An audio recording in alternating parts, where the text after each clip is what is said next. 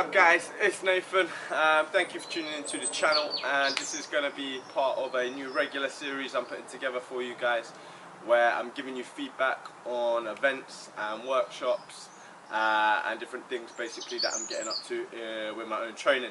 So this video is all about the Spartan Race. Yesterday I completed my first Spartan Race, in fact my first obstacle race full stop.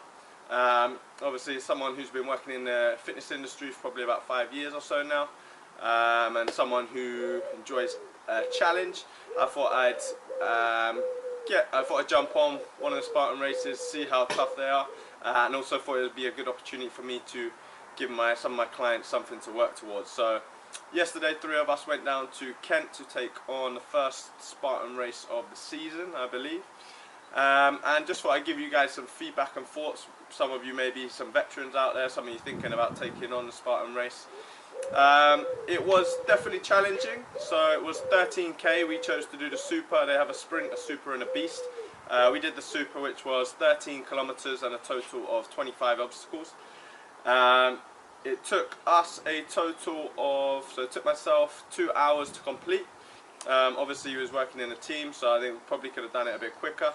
But we wanted to try and get as much of it done in a team as possible. So in terms of the obstacles, I was a little bit disappointed. I thought that there could have been a little bit more creativity. Obviously I watched some videos and the Tough Mudder, things like jumping in the ice cold water, the electrocution, stuff like that. So I was a little bit disappointed with the obstacles yesterday. I thought for the amount of money that you pay, so normally the entry price is around £100 for the super. I got it for £75 with a 25% discount code. So I thought the events, the obstacles for example, one, I thought there could have been maybe a few more of them, a little bit tight together, and I also think that some of them there could have been a bit more variation. Quite a few just jumping, so jumping over fences type thing, or jumping over the walls. There's quite a lot of upper body strength pulling. There was quite a few which I found particularly challenging, a couple I couldn't complete. So one of them was similar to chin up, so you got a nice long bar and then you got grip handles going along, but as you're pulling the handles it's changing direction, so it's pulling itself up and down. That I have to admit was very challenging. I didn't complete it and that annoyed me a little bit, so I will definitely be working on those things in my own training now. It was definitely quite hard work, so it was very hilly. There was quite a hilly route, so there's a lot of up and down. As someone who's not a massive running fan, I actually quite enjoyed it. I think growing up in London I don't really enjoy running too much around, just running around the streets on flat land, but I do enjoy running a little bit more kind of fell running based in and out of the woods. So I quite enjoyed that component of it. My legs were definitely very heavy at points during the race, but I do think I could have cut off maybe 20-30 minutes from that time, especially with some decent training beforehand, because I haven't really been the best of training going into it. Would I recommend it? Yes, I think I would definitely do another one, and I think the idea that I've got my time now and it's something that I want to beat, I would like to go back and beat it, and possibly try the beast. But I think I'd also be interested in trying out other obstacle races and seeing what obstacles they have and how they can make it a little bit more niche. I'd also be interested in doing the Spartan Race in different locations and seeing how whether they change the obstacles much depending on the location.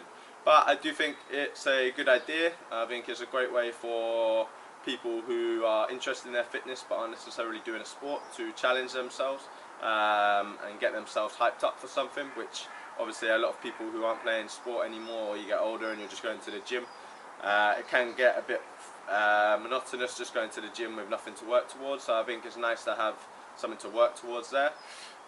Pricing wise, I think it's fairly expensive, but obviously if you do get a team discount or you sign up when they got a discount code, then it's not as bad.